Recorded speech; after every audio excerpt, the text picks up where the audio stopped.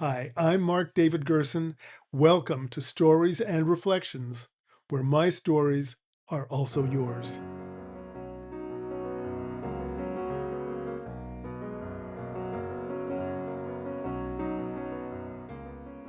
I'm often asked if I've always wanted to be a writer. It's a question writers get asked all the time, and a lot of writers, a lot of authors say, "Oh, I've always known I wanted to be a writer," or "I've always known I wanted to write books," or "I started making books out of construction paper even before I could write, before I could read." Well, none of those writers was me. I like to joke that my muse tricked me into being a writer, into being a storyteller. And believe me, tricks, deception, and downright manipulation needed to happen if I was ever going to be any kind of writer. You see, I hated writing. I hated anything creative. I never thought I was a good writer, and I never believed I was creative. So what did my muse have to do to change that? What tricks, what deceptions, and what manipulations did it take to get me here to the storyteller, to the writer I am? A lot. I'll get back to that, but first let's talk about school. Let's talk about high school. Let's talk about English class.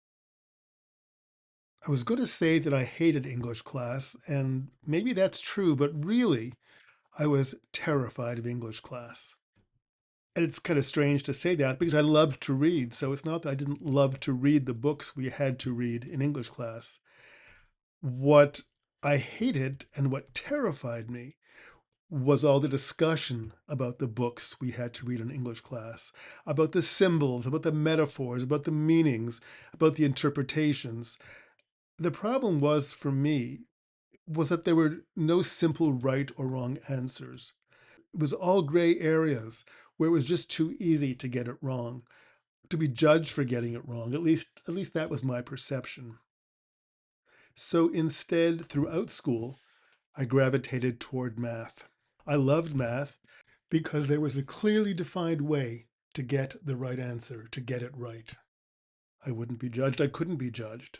And so I became really good at math. I became really good at getting that right answer and avoiding the judgment that terrified me in English class. So that's kind of the background. But let's get back to my muse. What did my muse do to change, well, to change the story, to change my story? So when I started high school, my mother gave me my first typewriter. It was not a Smith Corona. It was not a Royal. It was not an Underwood. It was not any of those well-known typewriter brands. It was a Hermes, a little-known Swiss brand. Now, my muse definitely has a sense of humor because Hermes is the Greek equivalent of the Roman god Mercury, and both Hermes and Mercury are gods of communication, the gods of writing. But I wasn't a writer, of course. I used the typewriter for my essays, the essays that I the essays that I hated to write. A couple of years pass, and I'm now in my junior year of high school. And one of my classmates has talked the school administration into letting him put on a production of a musical Mame. Great story. And somehow I get corralled into working on the publicity for our musical. And I have to start writing press releases. I have to write things that other people are going to read. I have to write things that could, in fact, appear in print. Now, who I am today can't even begin to imagine how or why who I was back then would have said yes, but I did. I guess my muse made me do it. So that was in my junior year. The following year, in my senior year, another musical, Hello Dolly, and I was asked to take charge of publicity. More press releases, more writing, more visibility as someone who writes. No idea why I said yes. I guess my muse made me do it. So I did such a good job promoting our high school musicals, first Mame, then Hello Dolly, that I continued to do theater publicity in college and began to freelance on the side as a paid theater publicist. I did such a great job with all that theater publicity that I got hired for a PR startup in Montreal, an entertainment PR firm. And again, suddenly I'm writing press releases, and guess what? I'm being paid to write. But my muse wasn't satisfied. And when that job ended because the firm went under, I applied for a job, applied for many, many jobs. And the job that I got an interview for was at my alma mater for the PR office, public relations office. And as part of the application process, I had to write 3 feature articles in like 2 days. Somehow I did it. I got hired. Again, I'm being paid as a writer and a publicist, of course, a PR guy. And through my time at the university, through the writing and the PR that I was doing, I got a lot of media contacts, and I began to freelance on the side, writing book and theater reviews and magazine articles. I was writing. I was writing. And at a certain point, I quit that job. There's a story there. Maybe I'll tell that in a future episode, but I quit that job to freelance full time. And suddenly I'm working full time as a writer for the first time because, of course, at the university, I was doing other things besides writing. Same thing at the PR firm. I'm now working full time as a writer and editor, a freelance writer and editor, a self taught freelance writer and editor, because my university, my college background was in business. I certainly wasn't going to take an English degree. And I took business because I didn't know what else I wanted to do with myself, and business seemed to make sense at the time. So now I'm freelancing full time as a writer and an editor. And I moved from Montreal to Toronto, which is Canada's communications and media capital. And I'm succeeding as a freelancer in the most competitive market in Canada. But my muse still wasn't done with me, not even remotely. You see, as a freelancer, I was writing other people's stories to other people's deadlines. I wasn't telling my stories. I didn't think I had any stories to tell. And although I was making a living writing, I sure as hell wasn't living my passion. I mean, how could I be living my passion when I didn't really know what that passion was? I was a good writer, but I wouldn't have called myself a creative writer. In fact, I would have said I was a skilled wordsmith. That's how I would have described myself back then. Still not creative. And so let's cut ahead a couple of years. I'm now in Toronto, as I said, and I'm working in-house as a freelance magazine editor.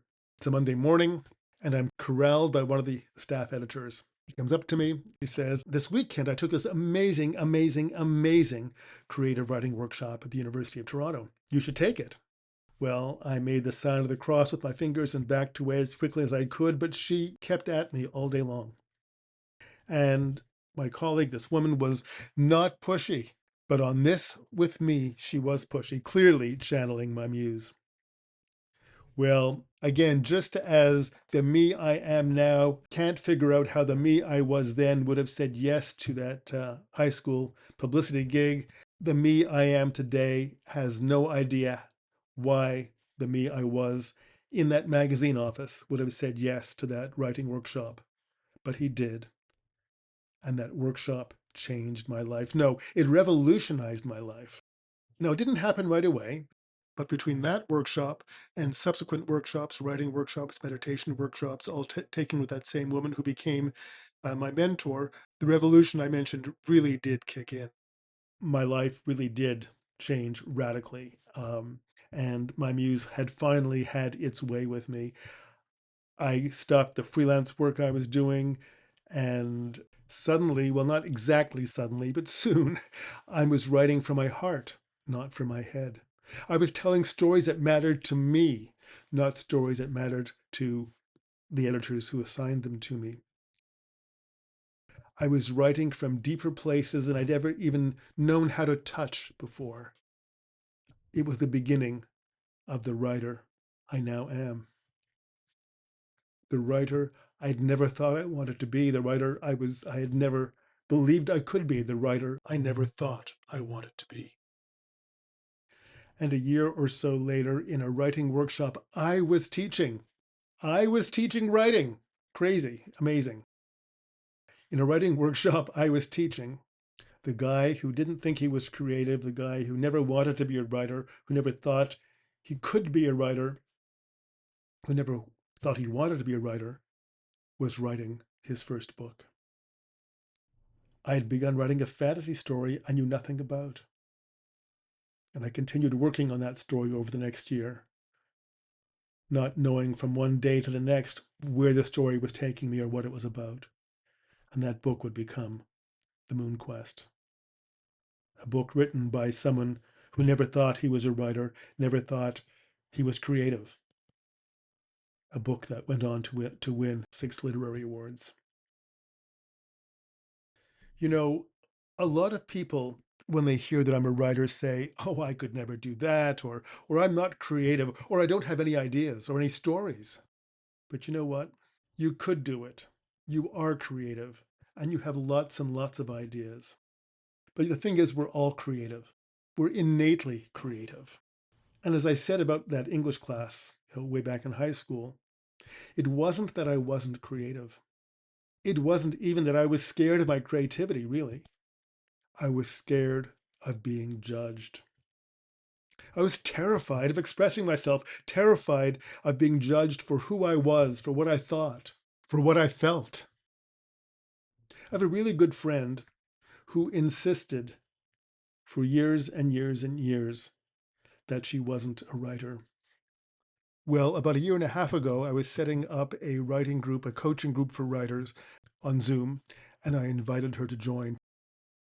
And to my amazement, she said yes, even as she continued to insist that she wasn't a writer. Today, a year and a half later, she has just published her first novel. She's at work on a second novel, and she's completed drafts of 12 illustrated kid stories. She sure as hell is a writer. Why am I telling you her story and mine today?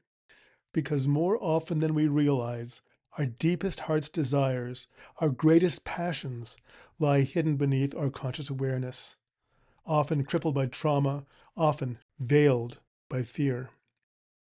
I don't know what shut me down as a child, emotionally as well as creatively. I have a couple of suspicions, and maybe I'll share some of those with you in a future episode. But you know what? It doesn't really matter what shut me down back then, because what matters is not what happened then. What matters is what's happening now. What matters is not the choices I made when I was 5. What matters is the choices I make today. And perhaps the most important choice I make today is to not let myself continue to be held back by whatever happened in the past that caused or forced the child I was to make the decisions he made back then. Whether it has to do with writing or creativity or storytelling or something else altogether, it's important to choose today's passions, whatever they are, and not yesterday's fears, however they came to be. Now, this isn't meant to minimize past trauma, because whenever we experienced it, it's real. But the key is to not let ourselves be defined by it, to not let ourselves be held back by it, to embrace the fullness of who we are today, and to find ways to get past the fears that may be preventing us from accessing, acknowledging, experiencing, expressing, and diving deeper into that fullness. And that includes our passions, the ones we're aware of, but also the ones we have yet to discover. So as we move into 2026, what can you do to discover those passions, to access them, to acknowledge them, to embrace them, to experience and express them, to dive deeply into them? Step number 3 in my book, The Way of the Abundant Fool, How to Bust Free of Not Enough and Break Free into Prosperity in 12 and a half super simple steps, is ignite and excite your passion. And in that step, I say, find your passion and embrace it passionately. Then commit to your passion unconditionally. That passion will always support you. So as we move into this new year, find your passion, embrace your passion, experience and express your passion, and commit to your passion unconditionally. Thanks for joining me for Stories and Reflections today. I hope you found moments in my stories that touched something in yours. If you haven't already, be sure to subscribe so you don't miss future episodes.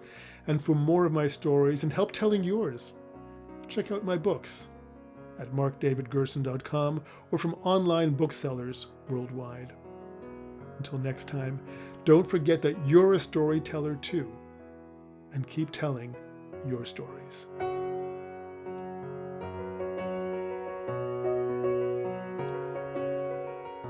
The intro and outro music for today's episode is Heartwarming by Kevin MacLeod from Incompetech.com, licensed under Creative Commons.